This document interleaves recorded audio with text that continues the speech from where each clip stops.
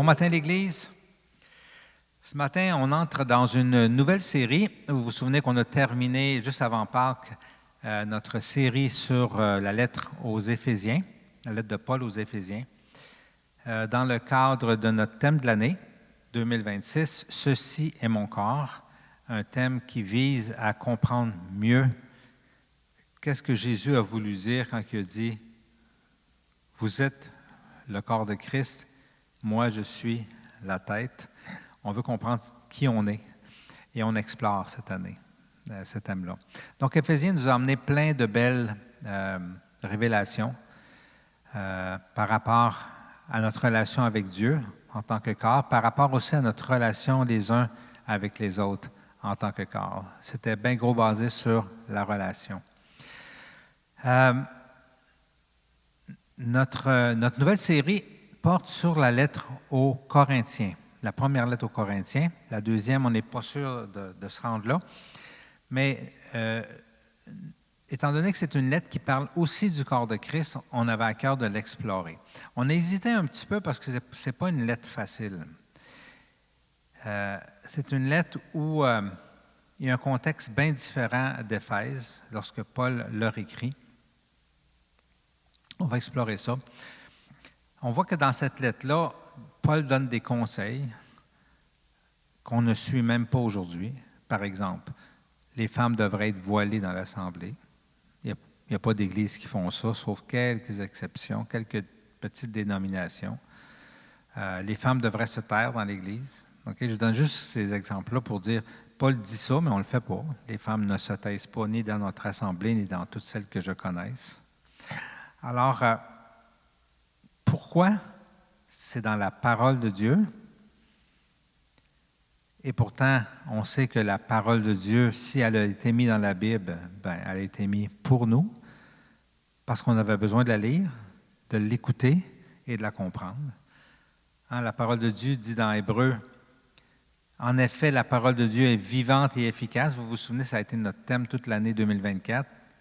Et dans Timothée, Paul lui-même dit, « Toute l'Écriture est inspirée de Dieu et utile pour enseigner, pour convaincre, pour corriger, pour instruire dans la justice, afin que l'homme de Dieu soit formé et équipé pour toute œuvre bonne. » Donc, toute l'Écriture est inspirée de Dieu. Donc, si c'est inspiré de Dieu, mais qu'il y a des conseils qu'on ne comprend pas, ou encore qu'il y a des conseils qu'on ne suit même pas en 2026, il y a un bug là. Il est où le bug?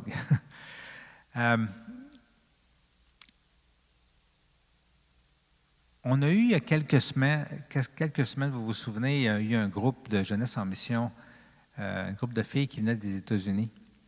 Et ils ont prêché le dimanche matin, puis le samedi, ils ont donné à certains des leaders d'Église une formation sur l'étude inductive de la Bible. C'est quoi ça, la méthode inductive? C'est intéressant parce que lorsqu'on préparait notre série sur Corinthiens, avant même que ces personnes-là de Jeunesse en Mission viennent nous enseigner la méthode inductive, déjà, on se préparait à faire une étude en profondeur, comme on va le décrire, parce que, justement, la lettre aux Corinthiens n'est pas facile à comprendre, puis c'est pas facile d'aller chercher les messages qu'il y a dans ça. C'est quoi la méthode inductive? Dans la méthode inductive, c'est une méthode qui, contrairement je pourrais dire, à la méthode déductive, c'est quelque chose qui va chercher dans la parole des vérités qui changent notre façon de penser, qui changent notre façon de voir, qui changent notre façon d'agir, autant individuellement qu'en tant qu'Église. Et ça fait opposition à la méthode déductive, où tu as une idée préconçue et tu cherches dans la Bible une confirmation à ton idée. Donc, tu cherches un appui à ce que tu crois déjà, parce qu'on te l'a enseigné, parce que tu le déduis, peu importe. Mais la méthode inductive, elle ne fait pas ça. Tu mets tous tes meters à zéro, et tu vas chercher c'est quoi que la Bible me dit et qu'est-ce que je dois comprendre et qu'est-ce que je dois changer dans ma façon de penser pour être en harmonie avec ce que la parole dit. La parole est là elle est utile pour nous transformer. Elle est utile pour nous parler. C'est ce que Paul dit dans ce qu'on vient juste de lire à Timothée. Elle est utile pour instruire. Donc, c'est comme ça qu'on veut utiliser la parole. On veut qu'elle nous instruise, qu'elle nous parle et qu'elle produise en nous des changements. Donc, c'est quoi la méthode inductive? Comment on fait ça pour que ce soit aussi vivant et efficace dans nos vies? Premièrement, on regarde qu'est-ce que dit le texte. Qui l'a écrit? À qui il l'a écrit? Qu'est-ce qu'il a écrit? Où, quand et pourquoi ça a été écrit et comment ça a été écrit. Ensuite, on passe à l'interprétation. On essaie d'interpréter ce qu'il dit. Mais pour pouvoir interpréter, on se demande c'était quoi l'intention de l'auteur quand il l'a écrit. Et ceux qui recevaient la lettre, des gens à qui c'était adressé, eux, c'est quoi leur compréhension de cette lettre-là? On a besoin de comprendre pour ça le contexte historique, l'époque, la culture. Qu'est-ce qui précède, qu'est-ce qui suit dans la Bible, ce passage-là? On a besoin aussi de décortiquer c'est quoi qui est clair, que tu ne te poses pas de questions, puis qu'est-ce qui est flou. Et il ne faut pas se faire à croire qu'il y a des parties qui ne sont pas floues dans la Bible. Il y a des parties qui sont floues. Puis il faut se le dire, sont floues. Il faut creuser plus ces parties-là pour les comprendre. Puis des fois, il faut juste accepter qu'on ne les comprendra pas tout de suite. Donc, après avoir fait tout cet exercice-là, c'est là qu'on peut commencer à comprendre quel message qui ressort de tout ça et qui traverse le temps et qui arrive en 2026 à me parler aujourd'hui et à me montrer un chemin à suivre, une façon de penser, une façon de vivre ma foi chrétienne. Donc, c'est quoi le message pour nous? C'est quoi l'application dans ma vie, dans nos vies, dans nos églises? Donc, basé sur cette méthode, c'est basé sur cette méthode qu'on veut comprendre la lettre aux Corinthiens. Et pour ça, on a nommé notre série « Contexte ». Merci à Paolina qui nous a, qui n'est pas là ce matin, qui est parti en amoureux avec son Andreas, mais qui nous a amené, nous a fait le visuel de contexte. C'est vraiment ça que ça représentait, ce qu'on voulait faire.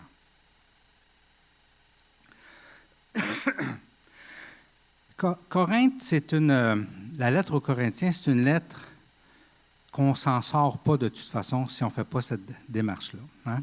Donc, en étudiant cette lettre, on veut savoir, c'est quoi la ville de Corinthe? C'est qui les Corinthiens? Qu'est-ce qui se passait là-bas? Et c'est quoi que l'Église vivait? C'est tout ça qui va nous aider à comprendre pourquoi Paul écrit ce qu'il écrit. Et nous, bien entendu, si on fait juste ça, c'est juste une démarche intellectuelle, puis ça ne donne rien. On veut aller chercher qu'est-ce que ça va nous apporter aujourd'hui. Qu'est-ce que ça nous dit à nous aujourd'hui, en tant qu'individu, en tant qu'Église, amen, en tant que témoin du Seigneur. Donc, on y va. On commence à lire notre lettre aux Corinthiens. On va juste faire une petite lecture des premiers versets, puis après ça, on va rentrer dedans. Donc, je vous la lis tout simplement. De la part de Paul, appelé à être un apôtre de Jésus-Christ, par la volonté de Dieu, et du frère Sosthène à l'Église de Dieu, qui est à Corinthe, à ceux qui ont été conduits à la sainteté par Jésus-Christ, appelés à être saints, et à tous ceux qui, partout, font appel au nom de notre Seigneur Jésus-Christ. Leur Seigneur est le nôtre. Que la grâce et la paix vous soient données de la part de Dieu notre Père et du Seigneur Jésus-Christ. Je dis constamment à mon Dieu toute ma reconnaissance à votre sujet pour la grâce de Dieu qui vous a été accordée en Jésus-Christ. En effet, en lui, vous avez été comblés de toutes les richesses, en particulier en ce qui concerne la parole et la connaissance dans la mesure où le témoignage de Christ a été solidement établi parmi vous. Ainsi, il ne vous manque aucun don, à vous qui attendez le moment où notre Seigneur Jésus-Christ apparaîtra. C'est lui aussi qui vous affermira jusqu'à la fin pour que vous soyez irréprochables le jour de notre Seigneur Jésus-Christ. Dieu est fidèle, lui qui vous a appelé à vivre en communion avec son Fils, Jésus-Christ, notre Seigneur. À date, c'est bon, ça fait du bien, hein? Des belles paroles qui font du bien. Une petite introduction de salutation, mais comme vous allez voir, c'est beaucoup plus que ça, ce qu'on vient de lire. Amen. Ici, le ton de la lettre change. Là, Paul commence à remettre des choses en question dans leur façon d'être en tant qu'Église, et ça va se poursuivre pendant tous les chapitres qui vont suivre, dans toute la lettre, la première lettre aux Corinthiens. Donc, on rentre un petit peu dans cette partie-là. Il dit, « Je vous supplie, frères et sœurs, par le nom de notre Seigneur Jésus-Christ, de tenir tous le même langage, qu'il n'y ait pas de division parmi vous, mais soyez parfaitement unis dans le même état d'esprit et dans la même pensée. » Il dit, « En effet, mes frères et sœurs, j'ai appris à votre sujet, par l'entourage de Chloé, qu'il y a des rivalités entre vous. Je veux dire par là que chacun de vous affirme, « Moi, je m'attache à Paul, moi à Apollos, et moi à Céphas, et moi à Christ. » Une belle salutation au début, et vlan. Ça commence. Voilà ce que vous faites de tout croche, Église de Corinthe. Vous allez voir, si vous avez déjà lu l'Église de Corinthe, ça n'arrête pas. C'est tout le long de la lettre. Amen.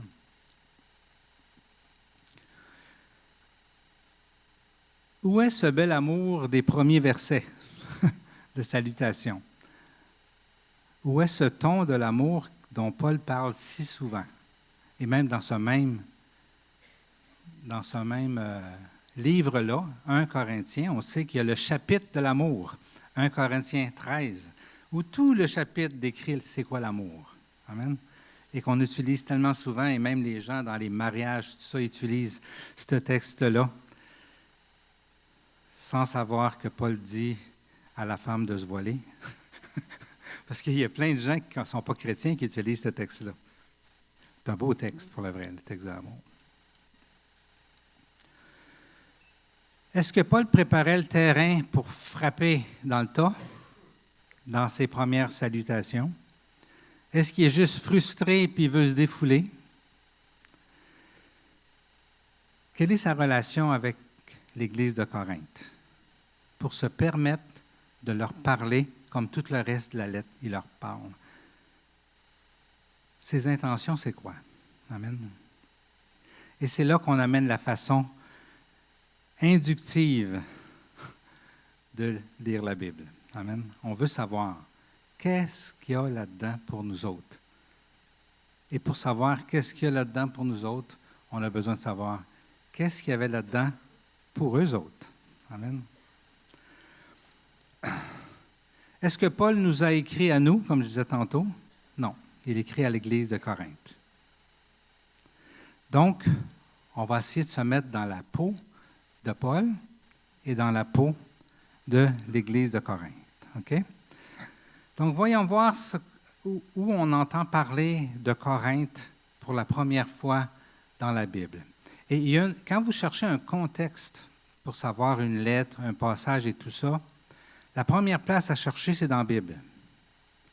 Après ça, on peut chercher ailleurs, dans des livres historiques, dans des dictionnaires, dans toutes sortes de choses. Mais la première place, c'est dans la Bible. Donc, on va aller dans l'endroit dans la Bible qui est très, très utile pour toutes les lettres de tous les apôtres. Et c'est les Actes des apôtres. Pourquoi? Parce que ça raconte exactement, après que Jésus soit monté au ciel, comment que les premiers chrétiens ont commencé à implanter des églises et à vivre leur foi chrétienne.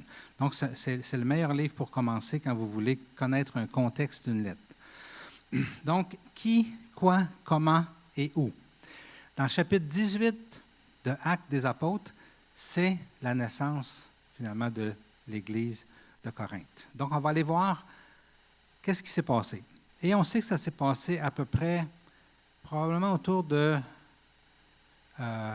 5 à 10 ans avant que la lettre soit écrite à Corinthe. Donc, on est dans un contexte où Paul s'est converti. Paul a commencé à semer des églises en Turquie et dans différents endroits.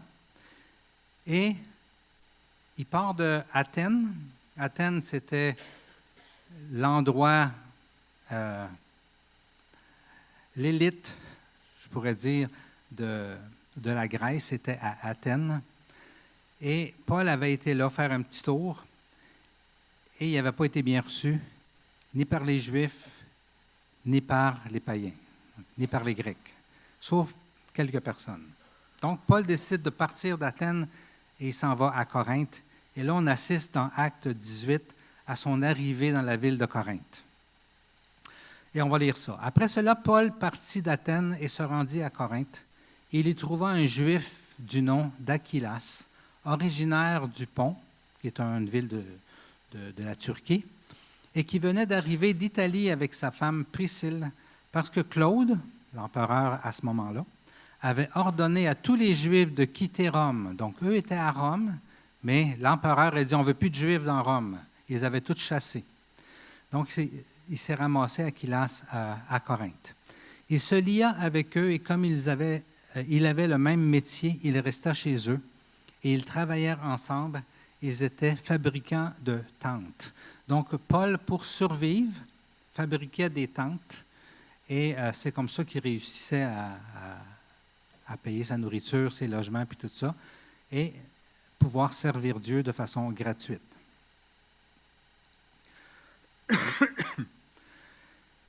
OK. Donc, on va parler de Corinthe. C'est quoi la ville de Corinthe? Parce que Paul arrive là, puis on a besoin de savoir c'est quoi le contexte des gens qui se sont convertis à Corinthe. Donc, c'est une ville de la Grèce antique. Elle a été détruite par les Romains environ 146 ans avant Jésus-Christ et elle a été reconstruite par Jules César en 50 avant Jésus-Christ. C'est un peu l'intermédiaire, un pont portuaire qu'on dit entre l'Orient et l'Occident. Okay? Et à cause de ça, à cause de ce lieu géographique-là, bien, on y retrouve tous les dieux que vous pouvez imaginer à cette époque-là, toutes les religions. C'était un melting pot, la ville de Corinthe, où il y avait tout ça. Okay? Et aussi, étant donné que c'est une ville qui avait été détruite et reconstruite juste un peu plus que 50 ans avant, peut-être 75 ans avant, 80 ans, bien, c'était une ville où il y avait des nouveaux riches, des commerçants, des affranchis. Hein, c'est un petit peu le quartier 10-30 par rapport au centre Eaton à Montréal. Okay? C'était tout du nouveau. Okay? Tu as comme le plateau Mont-Royal par rapport au Vieux-Montréal. T'sais? Donc, c'était des gens, des gens jeunes, des gens qui avaient des idées nouvelles, des innovateurs, pas des gens qui sont assis, ces anciennes façons de faire, puis tout ça. Donc, c'est un petit peu ça l'ambiance de la ville de Corinthe. C'est une ville de divertissement, de jeux, de compétition, d'apparence et d'éloquence. C'est important dans cet endroit-là. Les divinités romaines, grecques, égyptiennes cohabitaient toutes là. Et il y avait cette philosophie-là de tout est bon. Hein? Tout est bon, ça c'est ton Dieu, c'est ta religion. Puis, tu sais, il y avait cette philosophie-là. Hein? Ça ressemblait un petit peu à ce qu'on vit au Québec. Il y avait un culte qui était un petit peu une déesse qui était adorée, qui était un petit peu le top à Corinthe. La déesse de l'amour, c'était la patronne de la cité, le culte d'Aphrodite. On l'appelait la ville aux 1000 prostituées sacrées, ou aux 1000 courtisanes sacrées. Et tout ce culte-là, il y avait beaucoup de sexualité puis de perversité sexuelle où on mêlait la spiritualité et la sexualité. Hein. Et il y avait aussi un syncrétisme religieux où tout était mélangé et tout était correct. Les mœurs de Corinthe. Comme je vous avais parlé, pour Éphèse, il y avait le pater familias, où le père domine tout. Tout lui appartient, tout est à lui. Il domine sur sa femme, sur ses esclaves, sur ses enfants, sur ses biens, sur tout. OK? Dans le monde gréco-romain, il y avait une seule femme, ce n'était pas plusieurs femmes comme dans d'autres pays légales. Mais ça, c'était juste pour le côté légal, la légitimité des enfants et l'héritage et tout ça. Mais par contre, l'homme pouvait coucher avec ses servantes et avoir des concubines. Et la sexualité était très décomplexée à Corinthe, dans le sens que, tu sais, toute forme de sexualité était acceptée dans la ville. On séparait, comme je vous disais tantôt, peu le sacré du profane. Il y avait un phénomène, la pédérastie, où des hommes initiaient des jeunes adolescents à la vie et à tout dans la vie. Bon, au métier, à toutes sortes de choses, mais aussi à la sexualité. Donc, il y avait beaucoup de ce qu'on appellerait, nous, de la pédophilie. Mais le but était aussi de former des jeunes. Ça faisait comme partie de la culture. Il y avait des immoralités sexuelles de toutes sortes.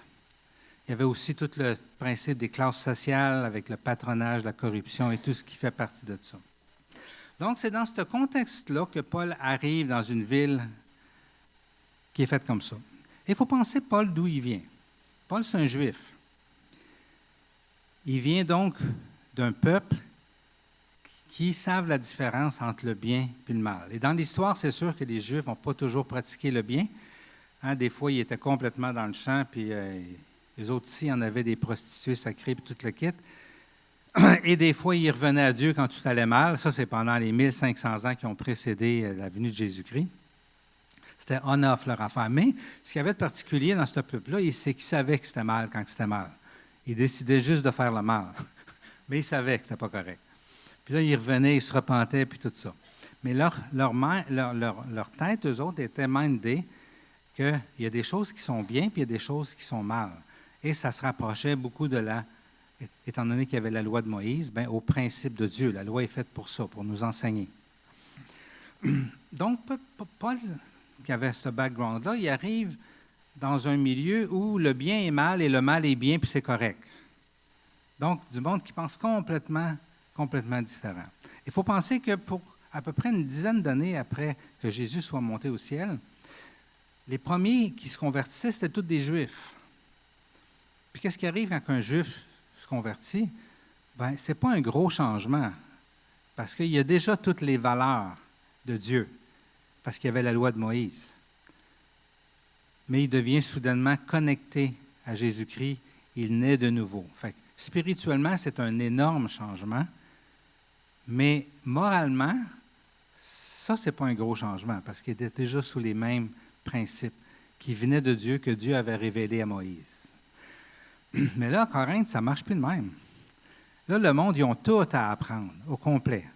Comme on est en train de plus en plus de vivre dans notre Québec, OK? Plus ça pousse les nouvelles générations, plus ils sont déconnectés complètement des valeurs de Dieu. Donc, on peut s'identifier un petit peu à ce que Paul vivait, mais c'était pire à Corinthe. Parce qu'il nous reste quand même un fond de valeurs chrétiennes au Québec.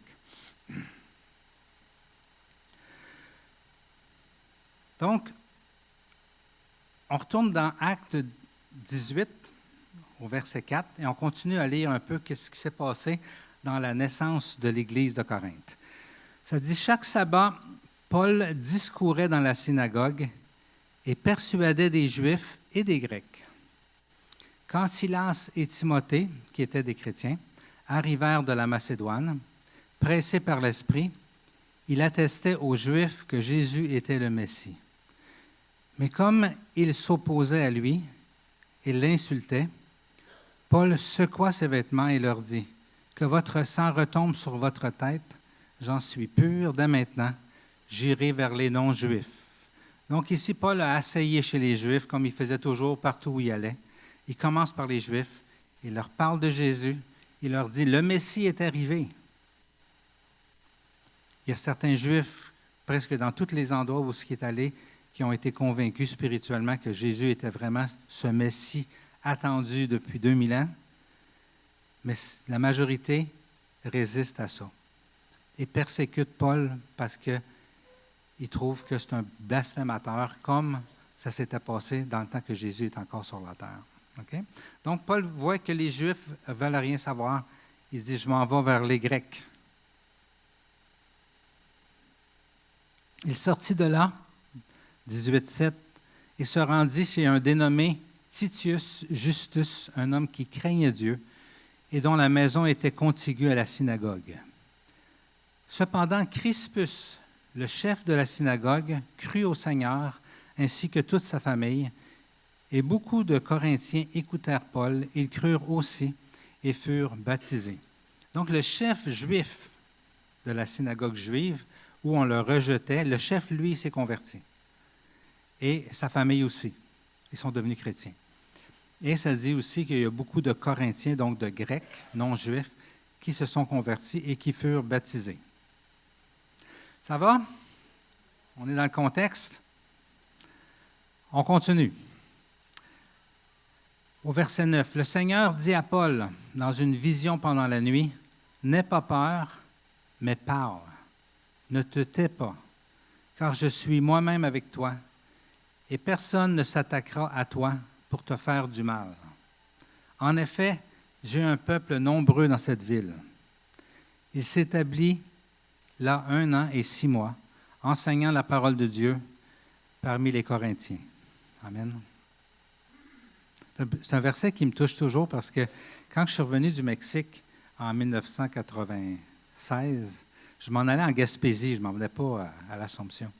On a arrêté à l'Assomption peut-être 1 an pour pouvoir prendre soin du père Alise, qui était quand même âgé, qui avait été malade, qui avait fait des ACV. Fait qu'on a dit, on va rester là un peu, on va prendre soin de notre famille, puis après ça, on s'en va. Où est-ce qu'on est supposé? On avait déjà une maison en Gaspésie. On retourne en Gaspésie et on va aller servir Dieu là-bas. Et ce passage-là m'a parlé. C'est comme si Dieu me disait, reste à l'Assomption. J'ai beaucoup de personnes qui vont accepter Jésus à l'Assomption. Et on a décidé de rester à l'Assomption. Et on ne le regrette pas. Lise? Amen. Donc, Paul reste là 1 an et 6 mois. OK? Et il forme une église. Il l'aime. Il y a plein de gens qui se convertissent. Il lui enseigne. Il se sacrifie pour eux. Il donne 100% de sa vie pour ce monde-là. Ça, c'est la naissance de l'Église de Corinthe. Donc, non seulement les gens se convertissent, mais on le sait tous, on a besoin d'être enseignés après ça. On a besoin d'être transformés. Paul y assiste devant ça.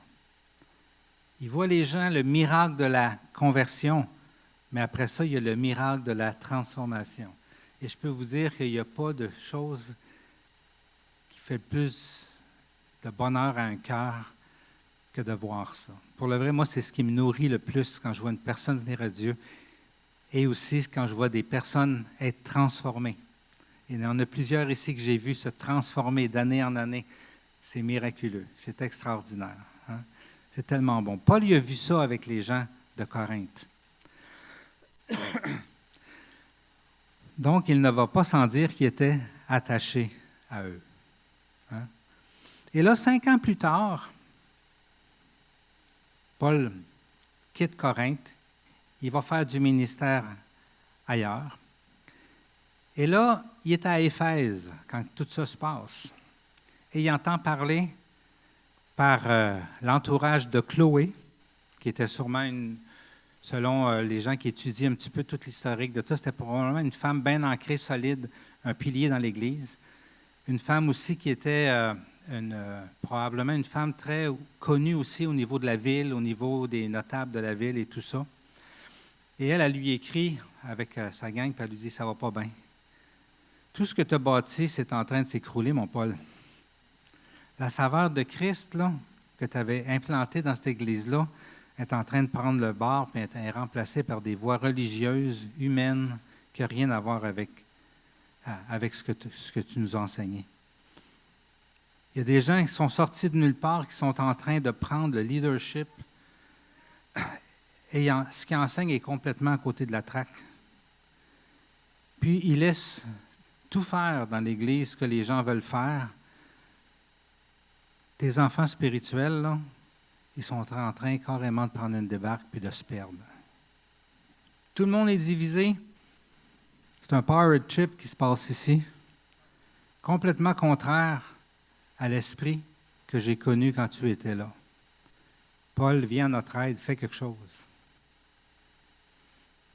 Un peu comme des parents qui auraient élevé leurs enfants dans des belles voies, puis qui verraient leurs enfants, ça va bien, tu sais. Puis là, ils commencent à avoir des influences de l'extérieur. Puis les influences de l'extérieur sont en train de complètement les emmener en dehors des voies que tu savais comme parents qui étaient bonnes pour eux autres. Puis là, quand tu en parles à tes enfants, quand tu leur dis, bien là, ils te donnent plein de prétextes. Ah, ils sont bien mieux que toi, eux autres. Là, eux autres, tu sais, moi, mon ami, là, tu sais, c'est un conseiller de la ville, son père, puis tout ça. Puis ils sont bien plus instruits que toi, là, puis ils savent bien plus d'affaires. Tu sais, puis là, ben, ils sont faits vraiment avoir, là, convaincus que c'est meilleur chez le voisin que dans la maison, puis que leur but, c'est pas d'écouter les vieilles affaires anciennes que tu dis, mais d'écouter ce que les autres leur disent. Puis là, tu vois tes enfants qui sont en train de se perdre, là, tu capotes. Là, c'est ça que Paul y vivait quand il entendait parler de ce qui se passait. Ce monde-là de Corinthe, c'était ses enfants spirituels. Ils avaient aidé à sortir de leur situation, de leur péché, de leur esclavage dans lequel ils vivaient, de la corruption, de l'ignorance dans laquelle ils étaient, de la perdition. Hein? Et ils savaient qu'ils avaient fait ça avec la puissance surnaturelle de Christ, qui est le seul qui a le pouvoir de changer une personne, et même de convaincre une personne que Jésus est le Seigneur. Et là, des beaux discoureurs sont en train de tout bousiller, tout virer bout pour bout, le travail qu'ils avaient fait. Donc, qu'il soit émotif ou non, Paul avait ses raisons d'écrire cette lettre-là à Corinthe. Et plus on comprend le contexte, plus on comprend ses raisons, ses relations, ses connexions avec cette Église-là, et plus on comprend pourquoi il avait besoin d'écrire ça à l'Église de Corinthe. Est-ce qu'il écrit à l'Église dans la Naudière? Il n'écrit pas à l'Église dans la Naudière. Il écrit à l'Église de Corinthe. Et trop souvent dans l'Église, on fait pareil comme s'il nous écrivait à nous autres. Il ne nous écrit pas à nous, mais on a des leçons à aller tirer de cette lettre. Et c'est ça la méthode inductive, c'est de voir qu'est-ce qui se passait là. Et Dieu a voulu que cette lettre-là soit dans la parole. Donc, qu'est-ce qu'on peut nous retirer de tout ça pour s'améliorer, pour marcher selon les voies de Dieu? Amen? Pour grandir et pour répandre le royaume des cieux. C'est ça qu'on veut faire.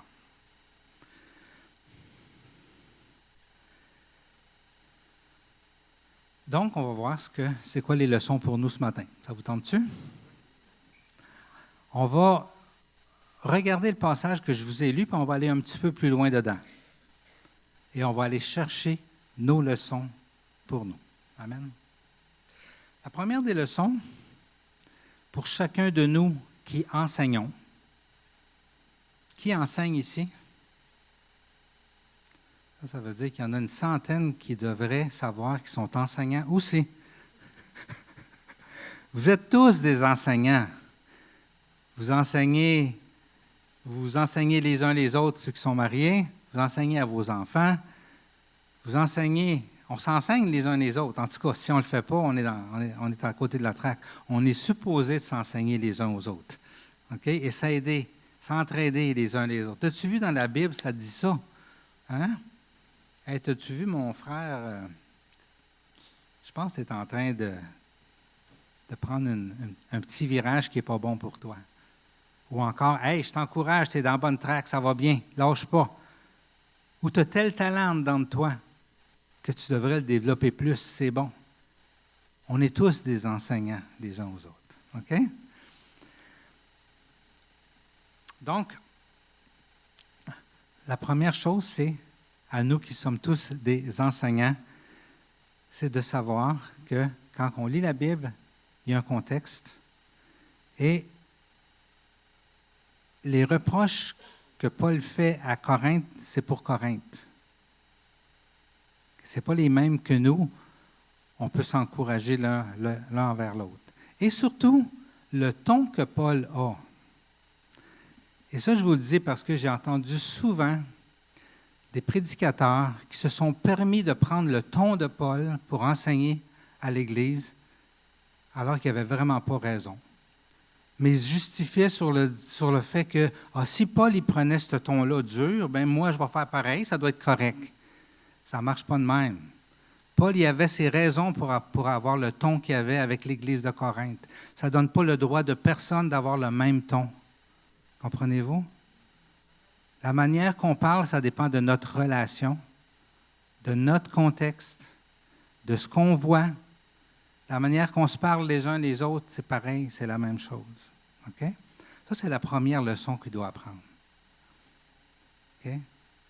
Paul écrit à Corinthe et écrit sur un ton qui va avec Paul et Corinthe. Mais nous, quand on s'enseigne les uns les autres, allons chercher la leçon et enseignons-la dans notre contexte. Amen? Leçon numéro 1.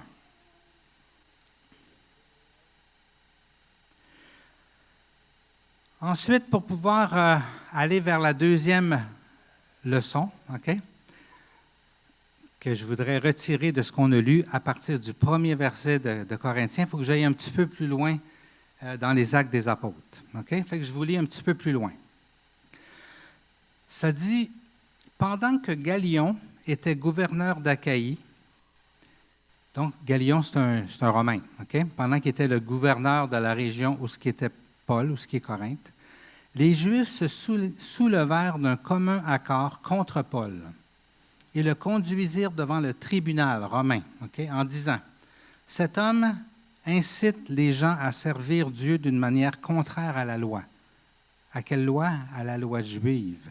Donc, des Juifs prennent Paul, l'amènent devant le gouverneur romain, puis il dit, « Lui, il n'enseigne pas Dieu comme notre loi permet de l'enseigner. » C'est un traître. OK? Paul allait ouvrir la bouche lorsque Galion, le chef romain, dit aux Juifs, « S'il s'agissait d'une injustice ou d'une mauvaise action, je vous écouterais, comme il convient, Juifs. Mais s'il s'agit de discussions sur une parole, sur des noms, sur votre loi, cela vous regarde. Je ne veux pas être juge de cette affaire. » Et il les renvoya du tribunal. Le gouverneur romain n'était pas intéressé aux chicanes de religion. Il dit, c'est votre religion, arrangez-vous avec vous autres. Moi, je ne m'en mêle pas de ça. Ça ne m'intéresse pas. Fait qu'il a voulu renvoyer les Juifs. Et là, il s'est passé quelque chose de particulier à ce moment-là. Ça dit, alors tous les Grecs, on peut le voir, Yanis, dans Acte 18-17, dans un des slides, là.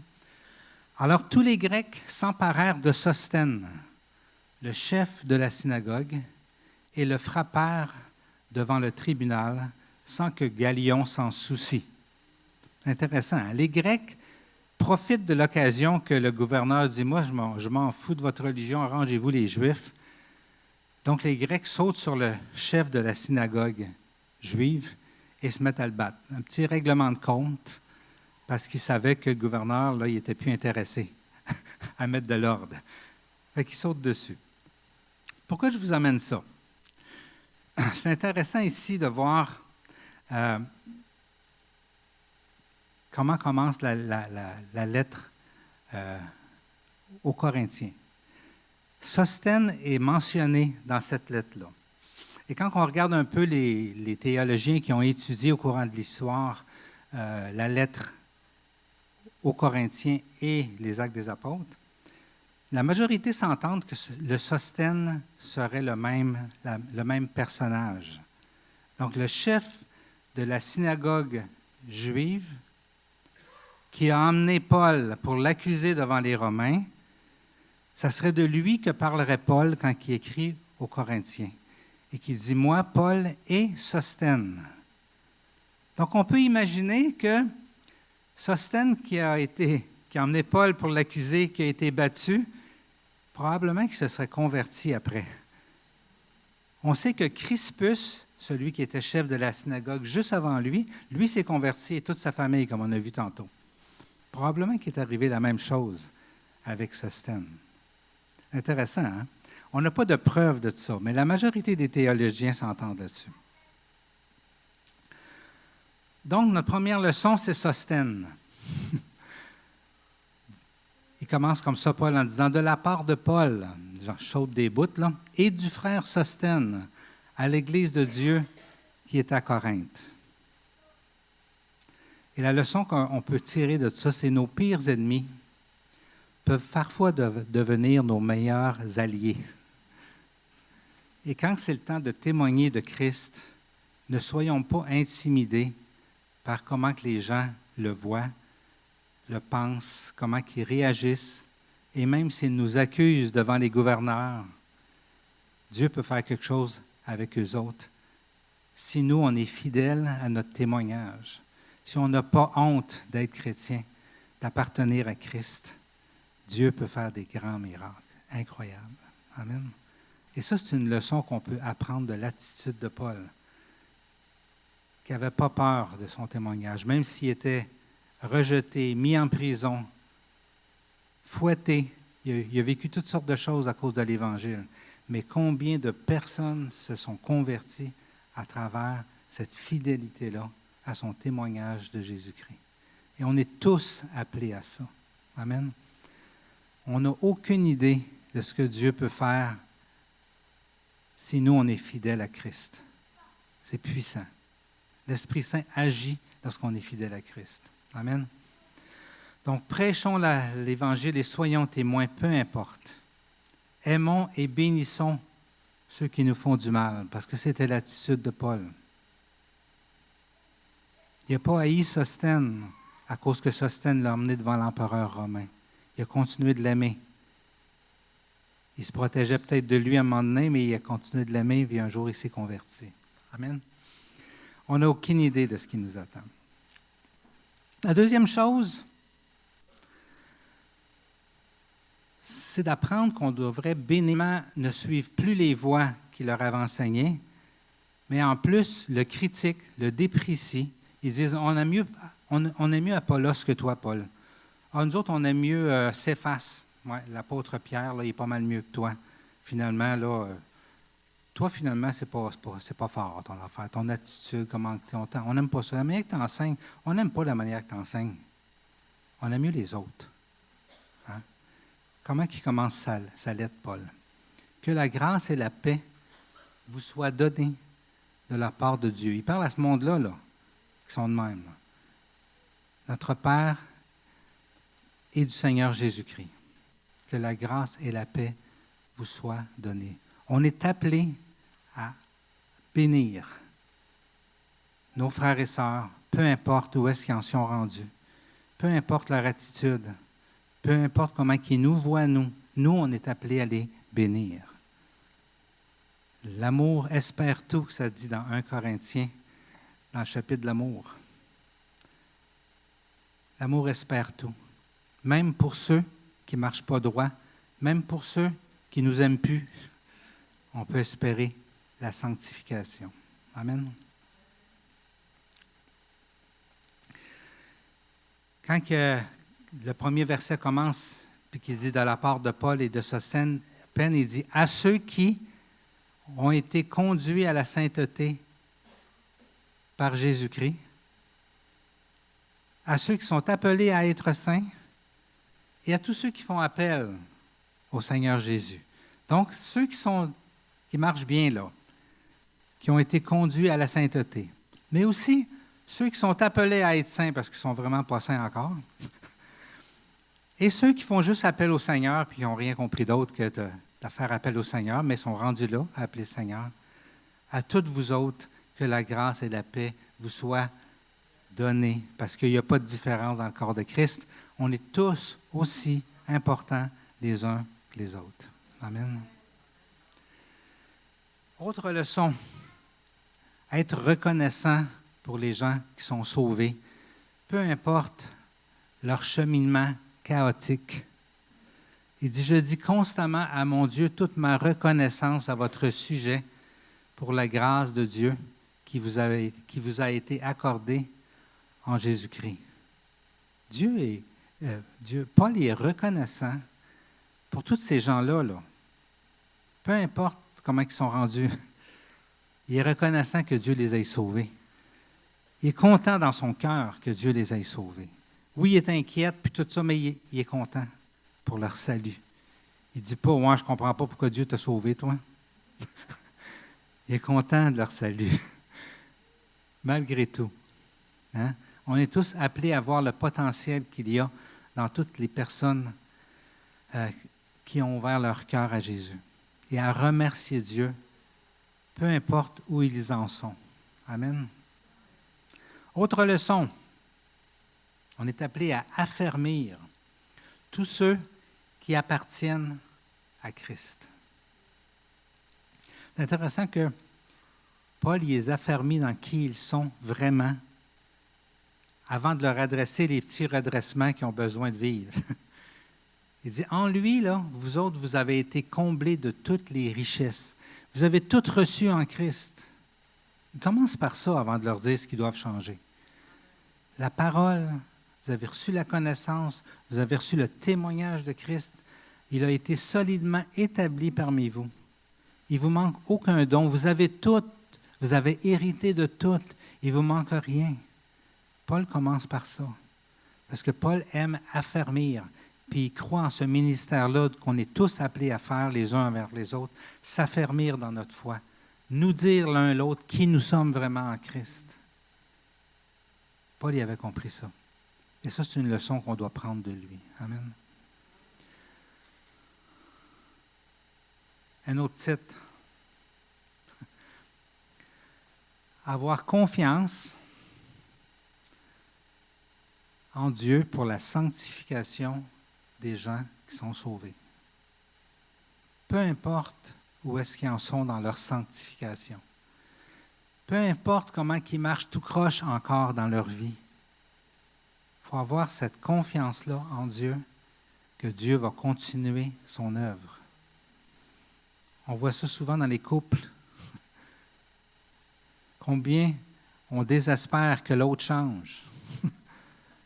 On ne suit pas cet exemple-là quand on fait ça. Il ne changera jamais. Elle ne changera jamais.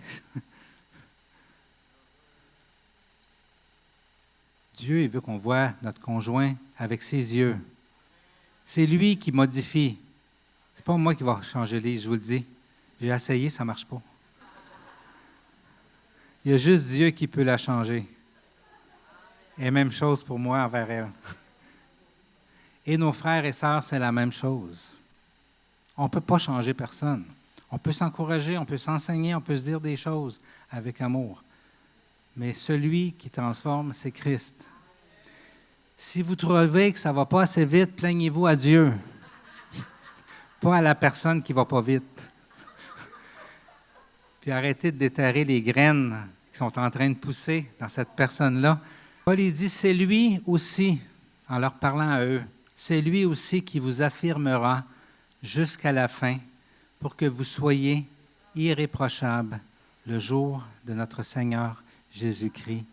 Paul, il a confiance que tous ces gens-là qui marchent tout croche, qui dévient de la voie, qui sont rendus contre lui, il a confiance que Dieu va continuer son œuvre en eux, de pouvoir explorer ça.